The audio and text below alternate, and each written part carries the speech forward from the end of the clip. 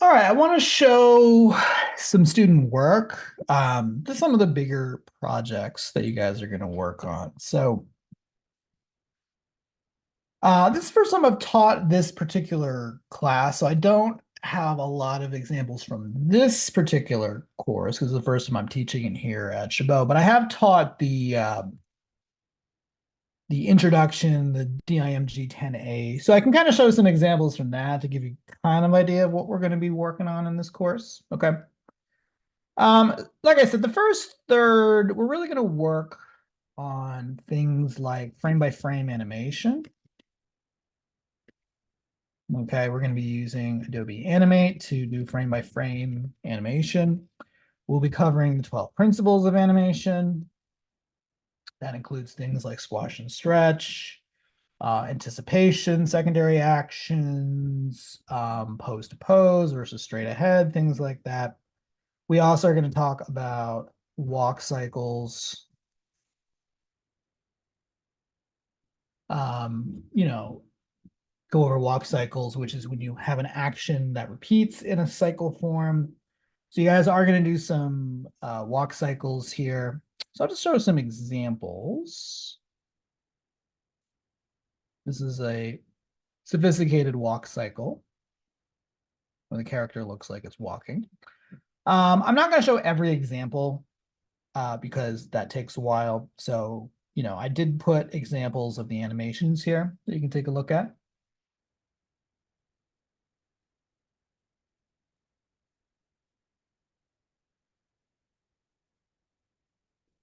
Part of the reason I want you guys to do when we're using Adobe Animate is I really want you guys to learn how to use motion tweens to assist with speeding up the animation process. Okay, motion tweens make animation a lot easier and quicker than a traditional frame by frame. So we will be learning that in Adobe Animate. We're also going to learn about what's called the skeletal system, which is that you can actually animate characters by adding a bone system to a graphic, okay, and then sort of animating the arms and legs to do very sort of simple animation. So you guys are going to do an example of that. This is like a bone system here. So this person drew a cat and then added a bone system to do things like wiggle the ears and wiggle the arms and feet and things like that to make, once again, the process of animation faster. Okay. You can take a look at some of the other examples here.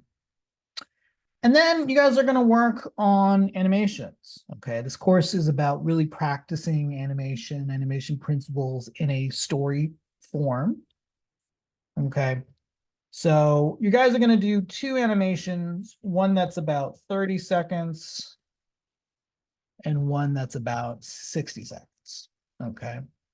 The first one is sort of the more simplified, shorter story, and the second one is the longer story. Okay. These are some examples from my last semester. These were my students' final animations, which is kind of equivalent of the 30-second animation. So here's an interesting one a student did. You'll be adding things like sound.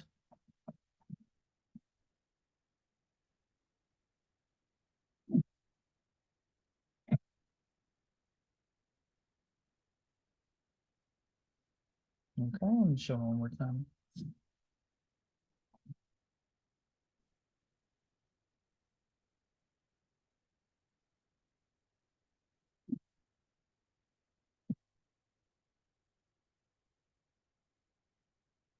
Okay.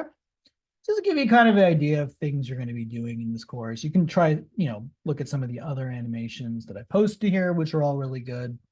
Just to get an idea of kind of what we're going to be working on and doing in this course.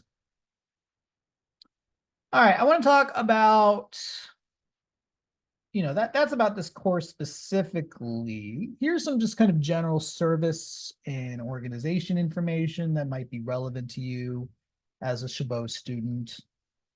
If you're looking for scholarships, Chabot has a whole area for scholarships. Okay. I recommend that you visit and, look for scholarships. It looks like right now they don't have any of them up, but I'm sure there'll be some more coming soon. They also have some links to places to find, external scholarships outside of the college. So these are to help you pay for school, pay for books, all the costs that come with education. That can be a useful resource for you. This is another one that might be useful. It's called the Affordable Connectivity Program, ACP. This is a government program that helps to provide connectivity / internet to low-income housing or people with low incomes. If you qualify, there's this website that'll help go over this. You would receive a $30 credit to pay for internet. So this, if you're having issues affording, good internet, which is very vital to, modern day education in this kind of form. So you might want to check that out. There's a whole link. There's a link where you can go through this and read it on your own. If you have any questions, you're welcome to, ask me or anything like that. These are more specifically at the school itself. These are sort of social educational groups that meet that you may or may not be interested in. One's called the Striving Black Brotherhood Coalition. It's a safe space environment for African American students to do things like mentorship and connect and network and that kind of stuff. This is where they meet. This is their phone number, a link. You can take a look at that here. Striving Black Brotherhood Coalition. There's a link on the canvas to the place on the website that it is. There's kind of a female equivalent of this, which is My Sister's Keepers, which is a sort of a social education club for African American women. They do scholarships and community bonding sort of thing. This is where you can find information about that if that's something you're interested in. There's Puente, which is for Mexican American, Latino history or Latino-based social club, education club. It provides accelerating writing, counseling, mentoring. This is designed for people who want to move from a 2-year to a 4-year university, college. There's a link to that. It provides more information.